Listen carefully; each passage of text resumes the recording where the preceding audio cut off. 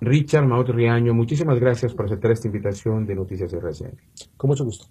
Señor Riaño, en los últimos días en los medios de comunicación de Colombia se está hablando de que usted está elaborando un documento que contendría pruebas contra el exfiscal Luis Camilo Osorio y pruebas que demostrarían que en Colombia hubo una infiltración paramilitar al más alto nivel en los organismos de fiscalización, en los organismos de control del país.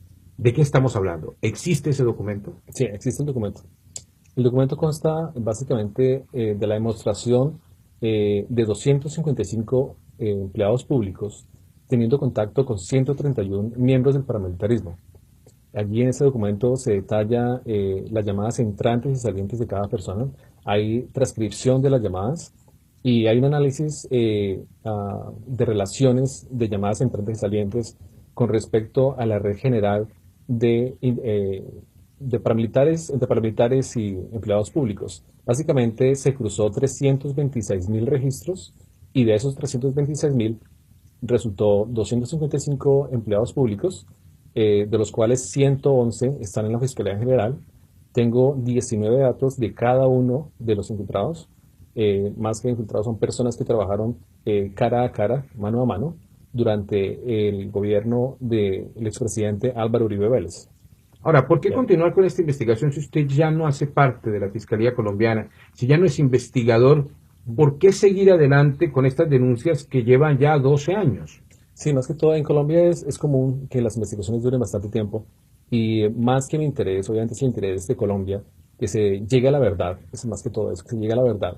Y verdad solo hay una. Yo tengo pruebas, tengo documentos, tengo evidencias testimoniales, tengo evidencias técnicas y documentales.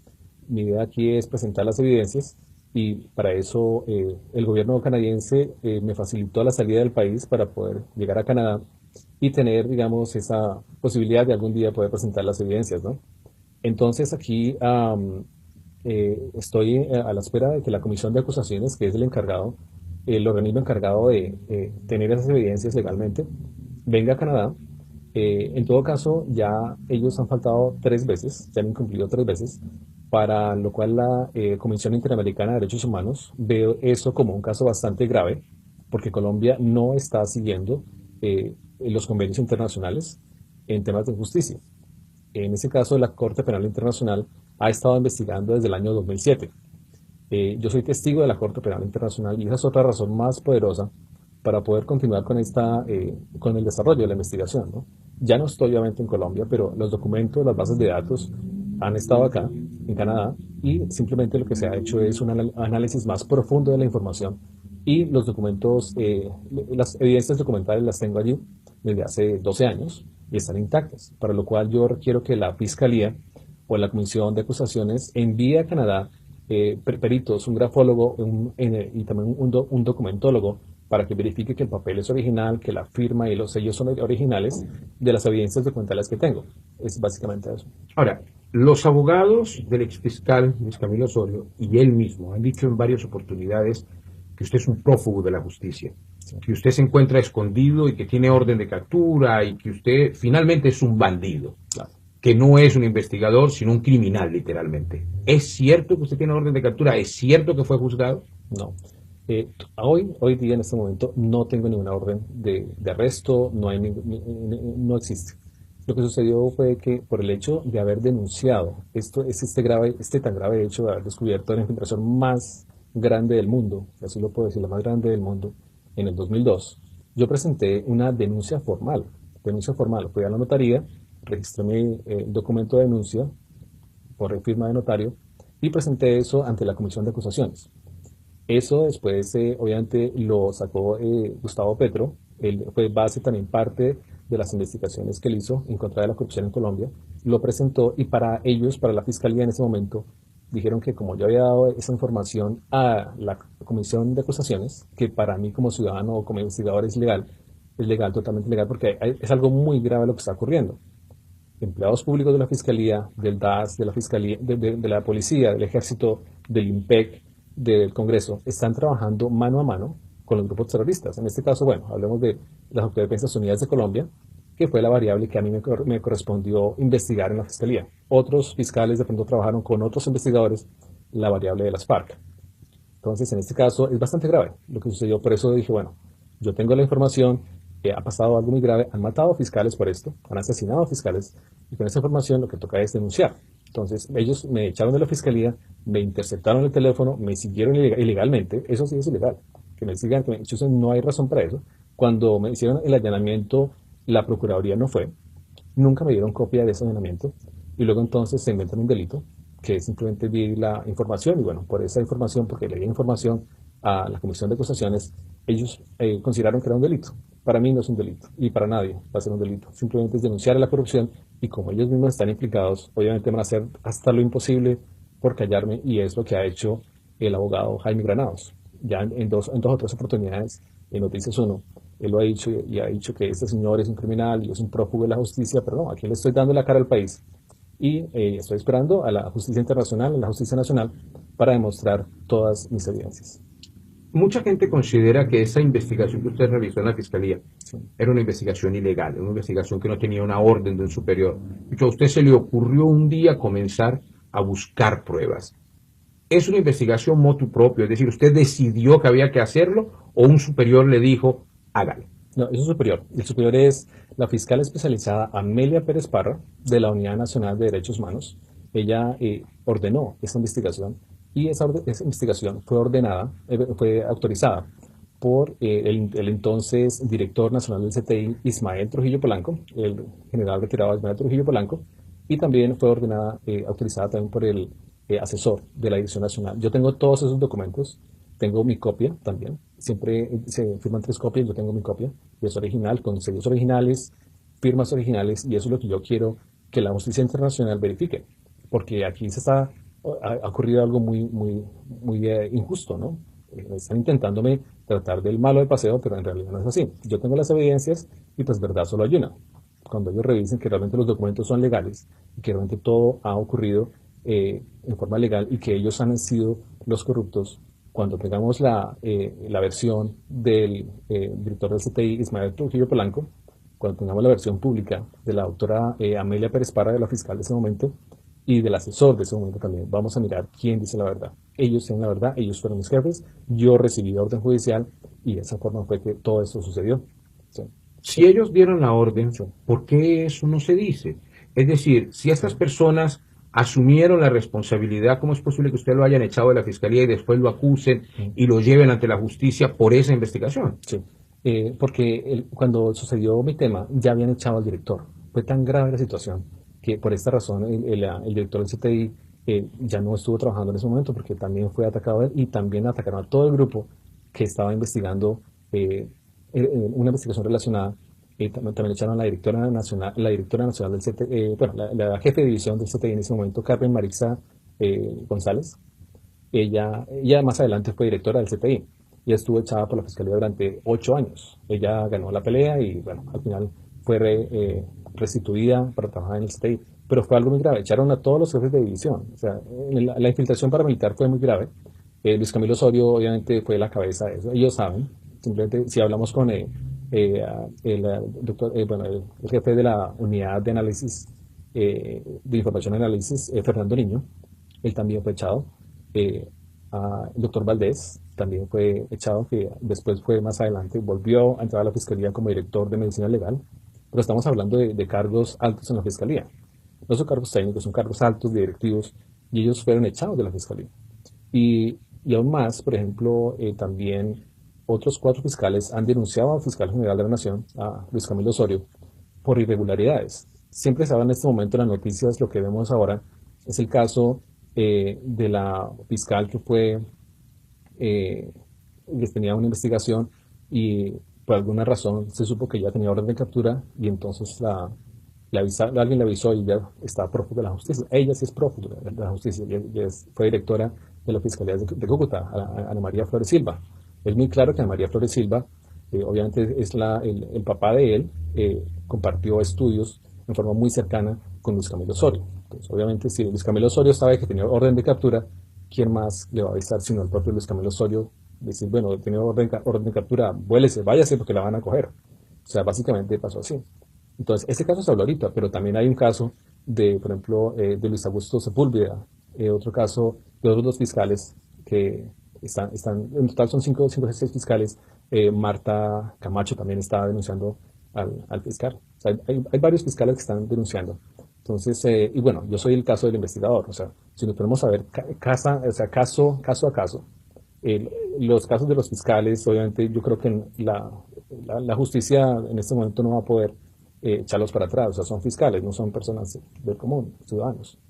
¿Cuáles son las pruebas que usted dice tener Ujú. contra el exfiscal Luis Camilo Osorio que demostrarían, según Sí, usted, sí. que había una infiltración paramilitar en la fiscalía al más alto nivel y que el exfiscal Osorio estaba al corriente o era parte de esa infiltración? Sí.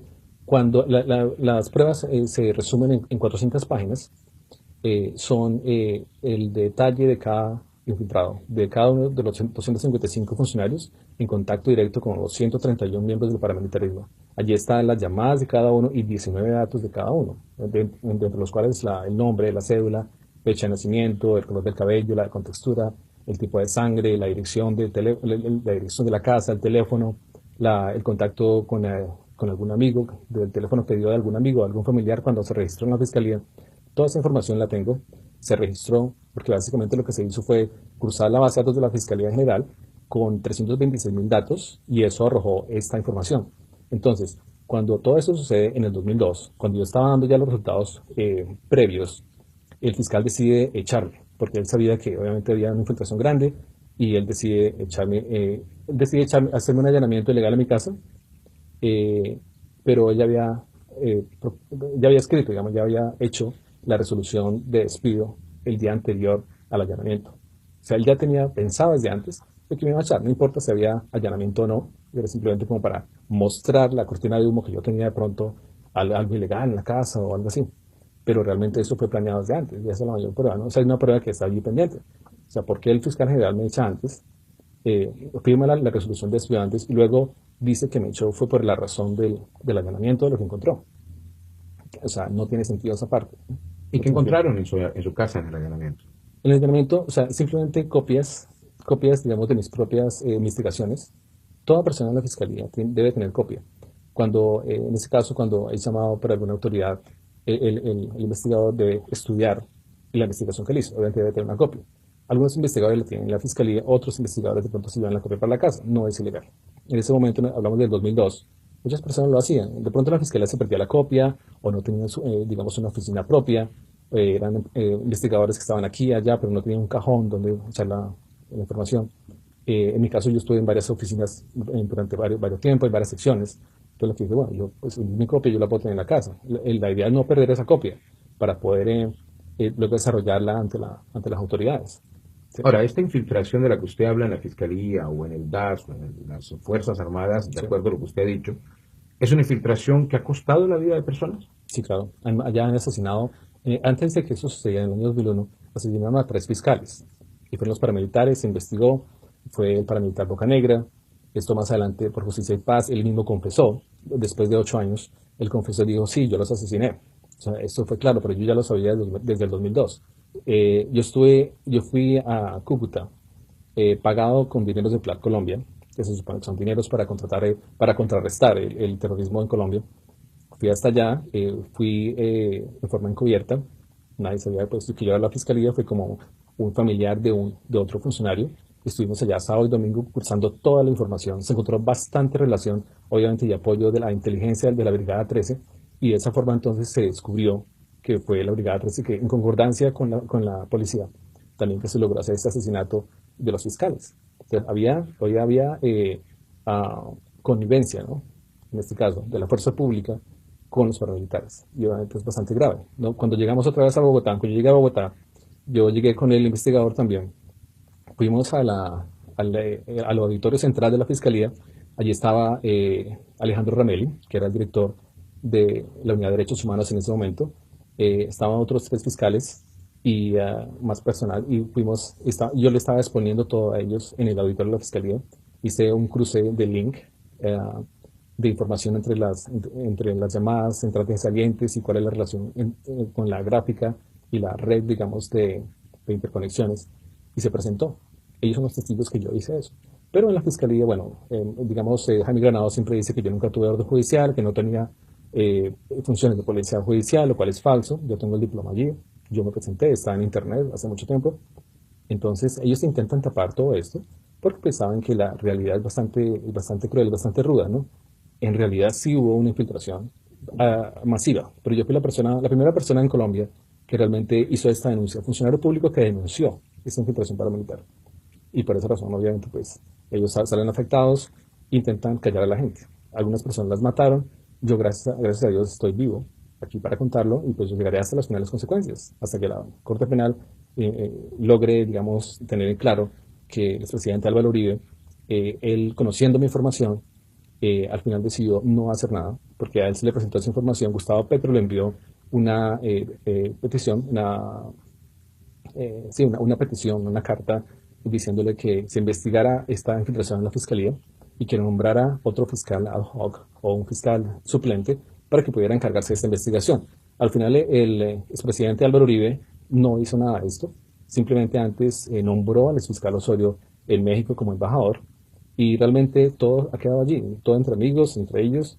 Ha habido bastantes personas, o sea, otros funcionarios de la fiscalía que ya han sido condenados que él nombró en su administración y que luego se demostró que han trabajado para el paramilitarismo y también que han tenido relación con el narcotráfico. O sea, esta es si hablamos de un perfil criminal, allí está claro que obviamente Luis Camilo Osorio hace parte de este perfil.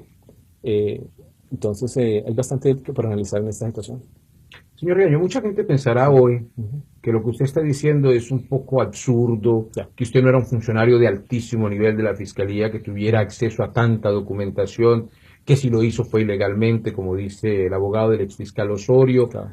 que de pronto usted está loco porque acusa al exfiscal Osorio, al expresidente Uribe, a muchísima gente. Claro. ¿Qué le responde usted a esa gente que cree que usted no tenía ni las funciones, ni la capacidad, ni la importancia, ni el puesto para hacerlo? Sí. Ojalá de pronto todos mis compañeros de la Fiscalía estén viendo esto ahora, porque ellos no saben cómo fue el trabajo tan arduo que se hizo en la Fiscalía.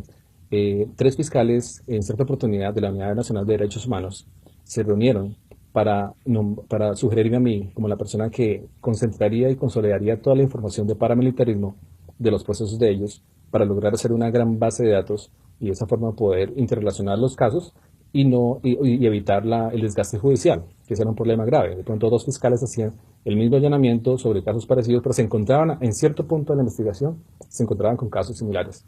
Entonces, esa parte se logró evitar y para que la justicia fuera más por contexto, una justicia más macro investigación. Esa parte yo la comencé a implementar en la fiscalía, no existía.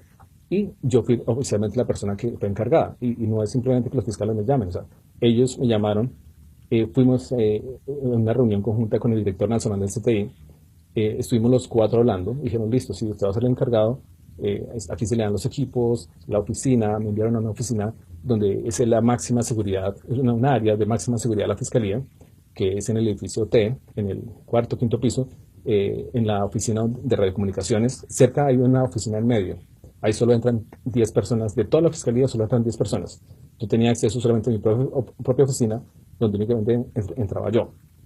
Tenía accesos en mis llaves de autorización. Eso también demuestra que, ¿por qué alguien me da accesos en la fiscalía si yo soy un funcionario normal, un funcionario común que no tenía orden judicial, como decía Granados, ¿no? Un funcionario administrativo que solo tenía, pues, no tenía función de policía judicial. Pero ahí es donde se sabe, o sea, realmente cómo yo tenía esa orden, o sea, por qué la fiscalía me dio una orden de acceso a momentos claves. Seguramente mucha gente se preguntará hoy si todas las denuncias que usted está haciendo por haber contado con Gustavo Petro, etcétera, no son simplemente denuncias políticas, con objetivos políticos y no porque usted está pensando en el país. No, han sido, digamos, denuncias, obviamente con evidencias judiciales, que es lo más grave, porque son pruebas oficiales, realmente ya ordenadas por fiscales, ordenadas por la Dirección Nacional del CTI, por el director Ismael Trujillo Polanco. Pues han sido realmente eh, denuncias oficiales. Lo que pasó en ese momento era como yo tenía que enviar eso a la Comisión de Acusaciones. Gustavo Petro estuvo allí en ese momento y yo le envié la información a él para que la presentara a la Comisión de Acusaciones. Fue de esa forma. Que políticamente haya sido beneficio para él, bueno, no, esa parte no está dentro de mis alcances, o sea, dentro de pronto de lo que yo quería. Lo que yo quería simplemente era denunciar a la Comisión de Acusaciones. Si él de pronto retomó ese tema, y luego lo colocó como un tema de plenaria en el Congreso. Bueno, ese ya es, digamos, asunto de Gustavo Petro, pero mi interés básico era denunciar. Frustrado por ver que las cosas no han avanzado, que lo que usted denunció hace ya 12 años Ujú. se quedó allí y no ha pasado nada. No, no frustrado, no. No, porque se han dado casos en la justicia que tras de los años se han denunciado. Es el común denominador en Colombia, ¿no? Hay bastantes casos, hay miles de procesos, los fiscales no dan abasto y pues obviamente uno los entiende. Claro que también hay casos de corrupción que los archivan, los, eh, los expedientes se pierden, como en mi caso también. Cuando yo presenté esto a la Comisión de Acusaciones, allí dentro de la Comisión de Acusaciones estaba trabajando el hermano de un jefe paramilitar, de Salomón Perichadí, y él obviamente, pues, ¿cómo es posible que dentro de la Comisión de Acusaciones, que es la comisión que investiga al presidente, al fiscal y a los magistrados, realmente esté allí un hermano de un paramilitar? Es algo muy grave. Obviamente después salió también por circunstancias de paramilitarismo. Y obviamente el proceso que yo presenté allá, o sea, las evidencias que estaban allí, algunas se perdieron y y los investigadores también hicieron ese comentario en W Radio, en ese entonces al abogado de Gustavo Petro, de que cómo era posible. Él dijo, yo voy a colocar una denuncia ante la Corte Suprema de Justicia por este caso de que, ¿por qué se pierden las evidencias en el caso de Luis Camilo Osorio directamente desde la Comisión de Acusaciones? Allá debería existir una cadena de custodia tan fuerte como hoy en día existe en la Fiscalía General. Ese tipo, digamos, de estándares en investigación no existen. Entonces eso es lo que se debe corregir en la justicia. De las personas que usted dice, más de 200, Ujú. que habrían estado implicadas con paramilitares, que tendrían una relación con paramilitares y que la tenían, según usted, en esa época, Sí. ¿esa gente sigue trabajando en la Fiscalía, en los organismos de seguridad del Estado? Bueno, para mí es difícil en este momento. Ya he estado hace 12 años desconectado de Colombia. Obviamente no tengo ningún contacto con la fiscalía. En este momento no tengo amigos que me digan, oiga, mire, entró el que estaba allí, fulanito salió, no sé, no sé. Lo que sé es que esas personas nunca fueron investigadas. Para no ir tan lejos, el principal responsable, el fiscal Luis Camilo Osorio, todavía no está en la cárcel. Él fue llamado a indagatoria. Obviamente, legalmente sale Jaime Granados con sus anulaciones del proceso porque no se ha respondido a alguna solicitud que él hizo y eso tranca la justicia. O sea, le han hecho juego a la justicia de una forma, digamos, bastante viva, ¿no? Bastante astuta. Y de esa forma han logrado bloquear la justicia. Pero en un momento dado en que llegue el momento de la indagatoria, en que se presenten las evidencias documentales, técnicas y testimoniales, allí es cuando realmente se va a saber quién tiene la verdad. ¿Y quién ¿Sí? tiene la verdad? La justicia, ni siquiera la tengo yo. Yo simplemente soy una persona que en ese momento me correspondió investigar por la Fiscalía General, bajo orden judicial, hice mi trabajo y presenté el trabajo. Ahí está. Esa información pertenece obviamente a la Fiscalía General y obviamente legalmente ahorita pertenece a la Corte Penal Internacional y tan pronto termine el informe de 400 páginas, será presentado a la Comisión Interamericana de Derechos Humanos para que ellos determinen, basado en esas evidencias, no en mi opinión, y nunca estoy dando mi opinión, baso todos mis testimonios en lo que tengo allí físicamente, en la base de datos, en los 326.000 datos y en las 400 páginas que va a presentar. Seguramente para mucha gente esto termina siendo como si usted tuviera una obsesión con el fiscal Uh, Osorio, como si usted tuviera una venganza personal con él. sí. No, no ha existido venganza. Desde el momento, la gente, bueno, creo que lo dije en mi video, yo lo dije en el video que presenté, hice un video hace en el 2011 de 1 hora y 45 minutos. Allí una vez yo viajé con el fiscal Osorio en la avioneta de la fiscalía. Viajé con ellos, una avioneta muy pequeña, caben como 10 personas nomás. Yo viajé con él y con en ese momento, la directora Ana María Silva, no, Ana Silva, el apellido Silva, olvidé el nombre de ese momento. Y viajé con ella porque yo tenía que ayudarles a hacer la presentación, la parte técnica de la presentación con el computador y el telón, esto. Yo diseñé la presentación en la nueva instalación de la Unidad de Derechos Humanos en Medellín. Y yo viajé, obviamente, mucho tiempo antes de que esto sucediera. Y si yo hubiera tenido alguna venganza con él, de pronto en ese momento hubiera sido el momento perfecto, ¿no? Yo estaba ahí en la misma avioneta con él, había al lado de otros militares y nunca sucedió nada. Es más, el día que salimos otra vez para Bogotá, la persona que me recogía no llegó en ese momento, entonces me tocó coger un taxi y llegué tarde. Estaba en una ceremonia militar y al final el avión había arrancado los motores, estaba a punto de arrancar, pero la fiscal dijo, no, espere un momento hasta que llegue Richard, ya nos vamos. Y el fiscal tuvo que esperarme 15 minutos. Y ahí llegamos, yo llegué después con el telón y computador, me subí por la parte de atrás de la avioneta y arrancó. Eso fue como hasta chistoso. en ese momento. Pero de venganza criminal, o sea, no existe, digamos, un tipo de venganza criminal, o sea, no hay venganza. Si yo hubiera tenido un tipo de venganza, ellos podrían ver en noticieros o en algún medio formas en que yo me vengo, ¿no? Pero aquí no hay ningún tipo de venganza. Lo que yo tengo son evidencias que quiero que la justicia internacional o la justicia de Colombia, si algún día lo hace la Comisión de Acusaciones, tomen en serio y evaluemos a ver quién tiene la verdad. Aquí no se trata de quién es más prófugo o no, o quién dice mentiras o no. Eso son las evidencias. Sí, Usted está en Canadá, sí. vive hace 12 años en Canadá con su Ujú, familia, está bien, está tranquilo. ujú. ¿Por qué meterse en este lío de seguir denunciando? ¿Por qué continuar insistiendo? ¿Por qué buscar la Corte Penal Internacional, la Corte Interamericana de Derechos Humanos, etcétera? Si Claro, finalmente usted podría estar tranquilo claro. aquí sin problemas. Sí. Realmente, cuando uno trabaja a alto nivel, en el sentido, digamos, de estar encargado de este tipo de bases de datos, de tener información muy importante, obviamente uno tiene una ética, una responsabilidad con el país, más que decir, ya trabajé, gané el sueldo, no. Muchas personas en la fiscalía, funcionarios, como compañeros de trabajo, siempre me miraban a mí como una persona que pasaba más allá del límite, digamos, del trabajo. Muchas personas tienen hijos, pues uno lo entiende, ellos después de las 6 de la tarde salen corriendo para la casa porque pues, les pagan salario y ellos trabajan así. En mi caso no, yo era muy apasionado por mi trabajo.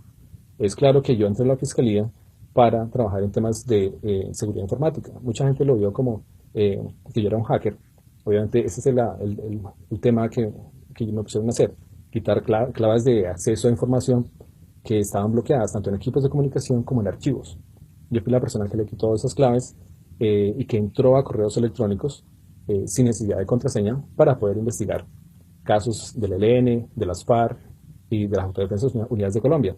Entonces, ese fue el trabajo que se hizo en la Fiscalía, ¿no? Habla usted de las FARC y del ELN. Dentro de su trabajo no solo hubo Sí. el tema de los paramilitares. ¿Hay infiltración de las FARC y del ELN en la Fiscalía colombiana? ¿También lo encontró en su investigación o no le tocó eso? No, la variable del ELN correspondía a otros fiscales. Yo únicamente trabajé Autodefensas Unidas de Colombia. Pero yo fui la persona que descubrí que en una universidad colombiana, no digo el nombre para no dañar el estatus de la universidad, pero en una universidad de Bogotá hubo infiltración del ELN y se demostró y logré recopilar toda la red, encontrar, identificar toda la red de conexiones a través de correo electrónico que yo mismo entré sin necesidad de contraseña. No se puede hablar de interceptación porque yo no estaba en un punto medio entre un punto A y un punto B. Nunca intercepté, nunca utilicé equipos de comunicación para interceptar como lo hace la inteligencia, sino simplemente entré al correo. Por la puerta de atrás de los sistemas existe forma de entrar y simplemente entré, como si él hubiera estado frente al computador. Y saqué copia de los correos legalmente con resolución de interceptación, en ese caso. Ellos lo llamaron en el 2002 resolución de interceptación, porque en Colombia no existía una ley para interceptar correos electrónicos. Era algo muy salido del tema judicial. La doctora Clelia América, que era la directora de la Dirección Nacional de Fiscalías, ella era la que me daba esas, bueno, no a mí, no, obviamente a la fiscal, a la dirección del CTI, esa resolución de interceptación para poder hacer ese trabajo. Y obviamente tenía autorización, obviamente, de la dirección con orden de fiscal.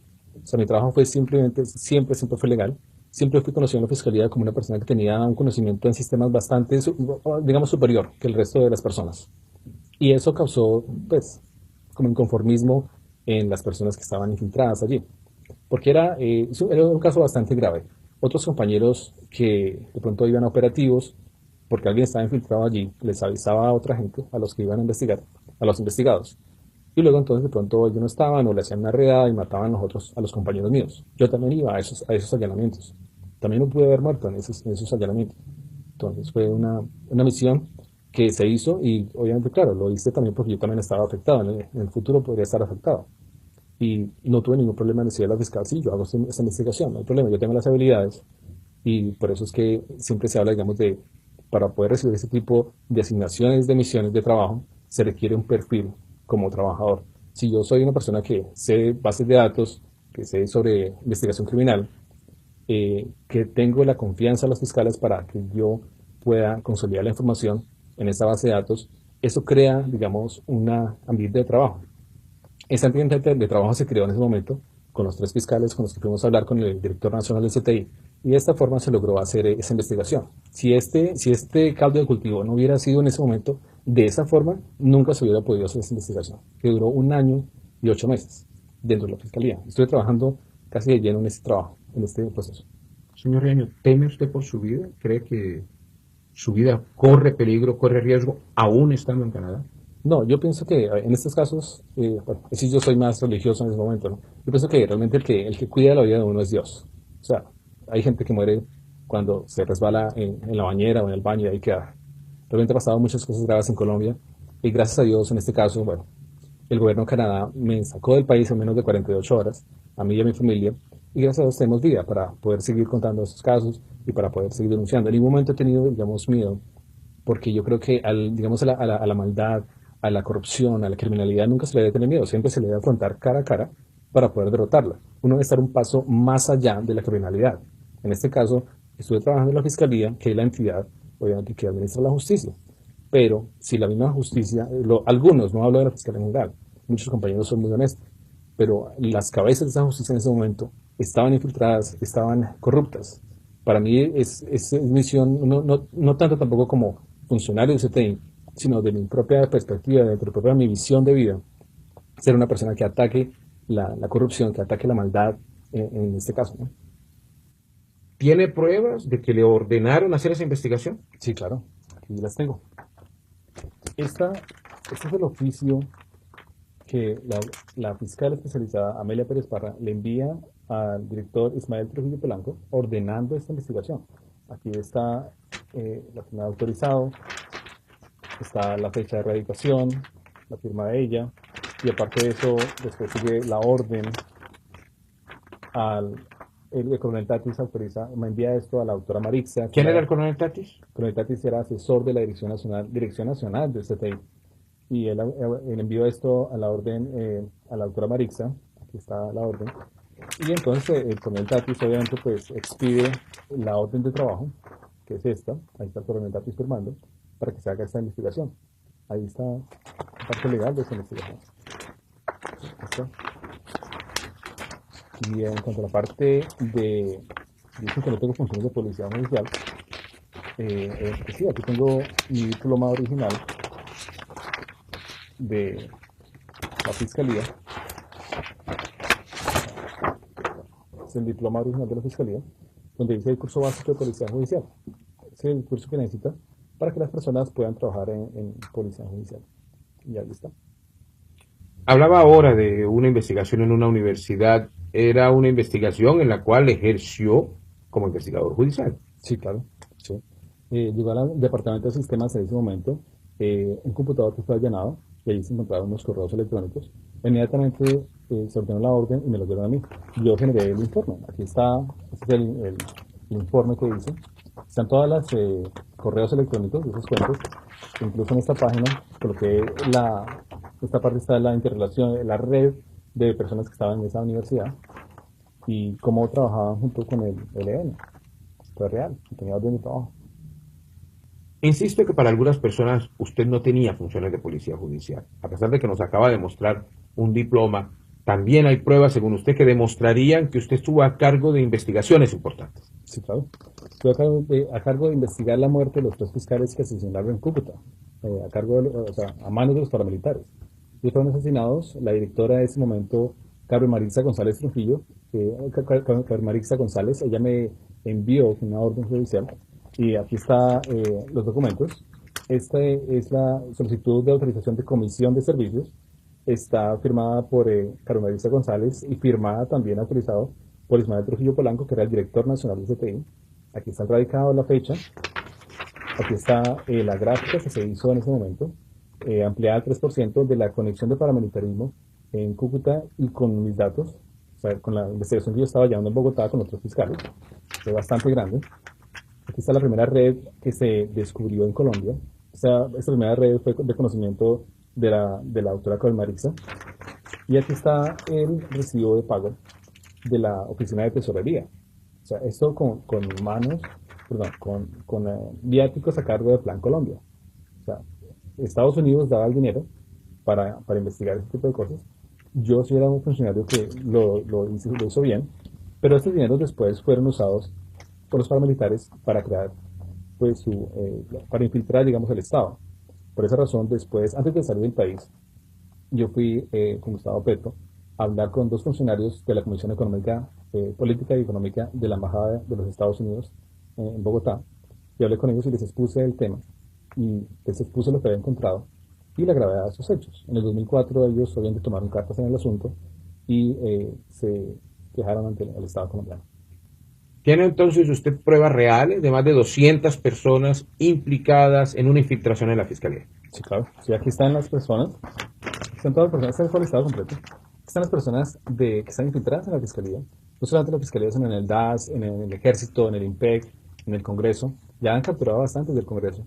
Y obviamente esta lista pues se la daré a las autoridades competentes, que es a la Comisión Interamericana de Derechos Humanos, a la Corte Penal Internacional y a la Comisión de Acusaciones. Eh, Obviamente no le puedo dar copia o que está grabado porque esas personas pueden ser asesinadas. Pero aquí están las pruebas. Sí, Señor René, muchísimas gracias por esta entrevista para RCN Televisión de Colombia. con mucho gusto.